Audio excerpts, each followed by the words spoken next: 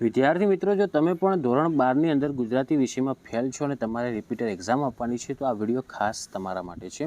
આ વિડીયોની અંદર હું તમને સમજાવીશ કે તમે વગર વ્યાકરણ આવડે કઈ રીતના ગુજરાતીની અંદર એકદમ ઇઝી ટ્રીકથી પાસ થઈ શકશો। તમને પેપર આ મોસ્ટ ટાઈમ પેપર છે, પેપર પણ આખું બતાવીશ, એના કયા કયા પ્રશ્નો કરવા એ પણ તમને કહીશ। સાથે સાથે એ પણ તમને સમજાવીશ કે તમે શું કરવાથી આરામથી ગુજરાતી વિષયની અંદર પાસ થઈ શકશો। ઓકે, તો વિડીયોને બિલકુલ સ્કીપ કર્યા વગર પૂરેપૂરો સમજવાનો છે। હું તમને જે ટ્રીક આપું છું એ ટ્રીક ફોલો કરવાની છે। તમારા બીજા મિત્રોને શેર કરજો અને આવા ઉપયોગી વિડીયો માટે આપણી ચેનલને સબસ્ક્રાઈબ કરી દેજો। ઓકે મિત્રો, તો જો મિત્રો પહેલાં આપણે વાત કરીએ વિભાગ એ પદ્ય વિભાગ। હવે જો એમાં તમારે 3 ગુણના MCQ આવશે। 3 ગુણના તમારે હેતુલક્ષી પ્રશ્નો એક ગુણમાં આપવાના। હવે જો તમારે શું તૈયાર કરવાનું એ તમને જણાવી દઉં। પહેલાં તો તમારે જેટલા પણ પાઠ છે, એક જ દિવસ થશે તમને મહેનત કરતાં।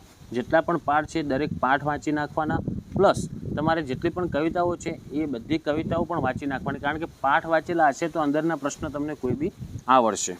ઓકે, સાથે સાથે તમને એ પણ જણાવી દઉં કે તમે જેટલા પણ પાઠ તૈયાર કરો છો એ પાઠના લેખકોના નામ અને એમના સાહિત્ય પ્રકાર એ પણ તમે તૈયાર કરી નાખજો। જો મિત્રો પહેલાં તમને 3 MCQ આપેલા છે, એ MCQ તમે જોઈ શકો છો, સ્ક્રીનશોટ લઈ લેજો। પછી નીચે તમને જે હેતુલક્ષીમાં આપેલા છે ને એક ગુણમાં પ્રશ્ન, એમાં જુઓ તમને રામબાણ કાવ્યનું સાહિત્ય સ્વરૂપ જણાવો।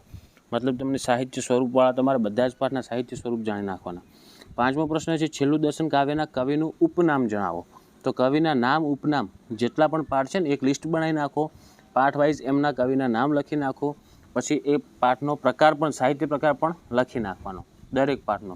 તમારે 1 કલાકની અંદર બધું જ તૈયાર થઈ જશે। અને 6થો પ્રશ્ન જો ભાણી કયા કાવ્ય સંગ્રહમાંથી લેવામાં આવ્યું છે।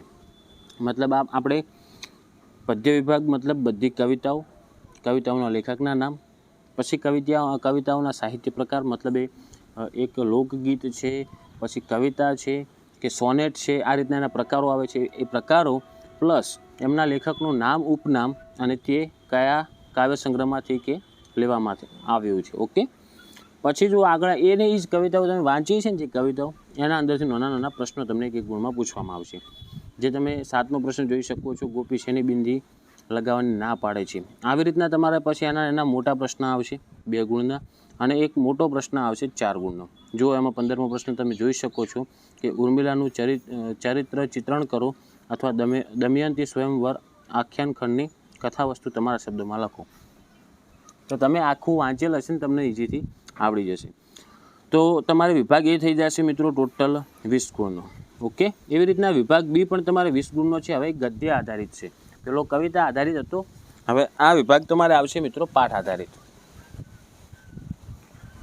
તો વગર ભૂલે સેમ ટુ સેમ એવી રીતના એક શું બનાવશો તમે, લિસ્ટ બનાવશો, પાઠ લખશો, પછી પાઠના લેખકનું નામ લખશો, લેખકનું ઉપનામ લખશો, અને આ પાઠના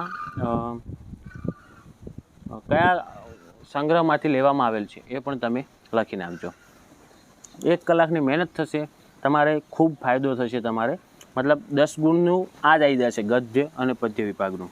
ઓકે, તમે જુઓ 19મો પ્રશ્ન આપેલો છે ઉછીનું માગનારનો ગદ્યખંડ કયા પુસ્તકમાંથી લેવામાં આવ્યો છે, જોયું। પછી 20મો પ્રશ્ન જુઓ સૌજન્યશીલ પ્રભાશંકર ગદ્ય લેખકનું નામ જણાવો। પછી 21મો છે શરત વાર્તાના મૂળ લેખક કોણ છે। મતલબ લેખકો વિશે 3 ગુણમાં તમારે પૂછાશે જ। પછી આગળ જુઓ એના એ પાઠ તમે વાંચી નાખશો ને અંદરથી, તો એની અંદરથી નાના પ્રશ્નો તમને આવડી જશે, પછી 2 ગુણના પ્રશ્નો પણ આવડી જશે, અને લાસ્ટમાં 4 ગુણના પ્રશ્નો પણ તમને એની અંદરથી આવડી જશે। તમે જોઈ શકો છો 30મો પ્રશ્ન આપેલો છે કે યુધિષ્ઠિર યુદ્ધ વિષાદ ગદ્યમાં યુધિષ્ઠિરનો વિષાદ આલેખો, અને એના અથવામાં આપેલ છે ખીજડીએ ટેકરે શીર્ષક ચર્ચો। ઓકે, 4 ગુણનો પ્રશ્ન છે। હવે વિભાગ સી વ્યાકરણ આધારિત છે, એ તમને જે આવડે ને તમારે લખી નાખવાનું। ઓકે, તમને જે આવડતું હોય, જેટલું પણ એનું આવડતું હોય, એમાં એક્સ્ટ્રા મહેનત નહીં કરો તો એકદમ ચાલશે, કારણ કે એ પણ તમારે 20 ગુણનું આવશે। પછી જો વિભાગ ડી, એમાં તમારે અર્થગ્રહણ આવશે। જેમ કે તમને એક પંક્તિ આપેલ છે, એનું આખું તમારે એક પંક્તિના આધારે તમારે પ્રશ્નોના જવાબ આપવાના, જે એકદમ તમને અંદરથી બેઠું આવડી જાય એવું જ છે। એ તમારે 5 ગુણમાં આવશે, એ પણ તમને ફાયદો થશે, એટલે તમારે 45 ગુણનું તૈયાર થઈ જશે। પછી તમારે ગદ્યખંડ વાંચીને એના પ્રશ્નોના ઉત્તરના જવાબ આપવાના, એ પણ 5 ગુણમાં આવશે, એટલે 5 ને 5 10 ગુણ એ એક્સ્ટ્રા મળશે। ટોટલ 40 વિભાગ એ અને બીના અને 10 ગુણા એટલે 50 ગુણ તમે આરામથી લાવી શકશો. ઓકે, પછી સંક્ષિપ્તીકરણ તમને આવડે તો લખવાનું, નથી મહેનત કરતા નહીં, ચાલશે. હાલ આપણે સ્માર્ટ વર્કથી એકદમ શું કરવાનું છે, પાસ થઈ જવાનું છે, કારણ કે સમય ખૂબ જ થોડો બાકી રહેલ છે. પછી વિભાગીમાં તમારે લેખન આવશે, જેમાં તમારે વાદાત્મક ગદ્યમાં રૂપાંતર કરો. ના આવડતું હોય તો મહેનત ના કરતા, જેટલું આવડે એટલું એમને કોરું તો મૂકતા જ નહીં, લખજો તમારા રીતે. પછી તમારે નિબંધ આવશે, 250 શબ્દોમાં લખવાનો. આ નિબંધ એકવાર વાંચી નાખજો, અને બીજા પણ આઈએમપી નિબંધ હોય ને તો નજર મારીને જજો, કારણ કે તમને 10 ગુણને નિબંધ લખતા વ્યવસ્થિત ફાવે. એમાં જુઓ પ્રશ્ન તમને જો શું શું આપેલ છે, ઓનલાઈન થઈ રહેલું વિશ્વ, પછી નારી તું નારાયણી, અને પર્યાવરણ અને પ્રદૂષણ.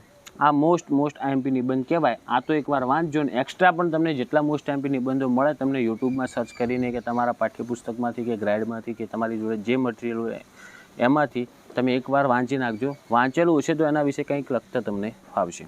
તો તમારે શું કરવાનું, ફરી એકવાર રિપીટ કરાવી દઉં છું મિત્રો, કે વિભાગ એ અને વિભાગ બી 20 અને 20 40 ગુણ, અને વિભાગ ડીમાં તમારે કાવ્યમાંથી પ્રશ્નોના જવાબ 5 ગુણના આવશે, અને ફકરો આપેલો છે એમાંથી 5 ગુણના આવશે, એટલે 5 ને 5 10, એટલે ટોટલ 50 ગુણનું આપણે પાકું જ ગણવાનું. હવે 50માંથી તમારે 33 લાવવાના છે. ઓકે, તો હવે તમે તૈયારી કઈ રીતના કરશો, કવિતાઓ જેટલી છે એ કવિતા એમના લેખકના નામ સામે લખવાના, એ કયા કાવ્ય સંગ્રહમાંથી લેવામાં આવ્યું છે એ પણ લખવાનું, અને લેખકનું નામ ઉપનામ જો આપેલું હોય ને તો એ પણ સાઈડમાં લખી નાખજો. અમુક લેખકનું આપેલું છે, અમુકનું નહીં પણ આપેલું હોય, પણ લખી નાખવાનું. આપણે 20 તો પૂરેપૂરા લાંબા જ છે. એટલે એવી જ રીતના પાઠમાં શું કરવાનું, સેમ ટુ સેમ પેટર્ન અપનાવવાની. તમારે બધા જ પાઠના નામ લખવાના, સામે એમના કવિના નામ લખી નાખવાના, લેખકના નામ, પછી એ લેખકના કયા પાઠમાંથી લેવામાં આવ્યું છે, પછી એના મૂળ લેખક કોણ છે, એ બધું જ તૈયાર લિસ્ટ બનાવી નાખજો. 2 લિસ્ટ બનાવી અને વાંચશો, તમને આરામથી આવડી જશે ને તમે આરામથી પાસ પણ થઈ શકશો. ઓકે મિત્રો, તો આશા રાખું છું મિત્રો કે વિડીયો તમને ખૂબ ઉપયોગી બન્યો હશે, અને આ પ્રશ્નો પણ તમે તૈયાર કરીને જજો. આ પણ આઈએમપી પ્રશ્નો છે. ઓકે, તો વિડીયોને લાઇક કરજો. એક્સ્ટ્રા પ્રશ્નો તો કરવાના જ છે, મેં તમને સમજાવ્યું એ પ્રમાણે. વિડીયોને લાઇક કરજો. તમારા જે બીજા મિત્રો ફેલ થયા છે એમને જલ્દીથી જલ્દી શેર કરી દો, કારણ કે સમય બિલકુલ થોડો છે. ઓકે, અને આ ઉપયોગી વિડીયો માટે આપણી ચેનલને સબસ્ક્રાઈબ જરૂરથી કરજો. જેટલા પણ વિદ્યાર્થીઓને ગુજરાતીનું પેપર આપવાનું છે એ દરેક વિદ્યાર્થીને મારા વતી એક્ઝામ માટે બેસ્ટ ઓફ લક. હવે મળીશું મિત્રો આપણે નેક્સ્ટ વિડીયોમાં. Thank you so much for watching my videos. Thank you so much.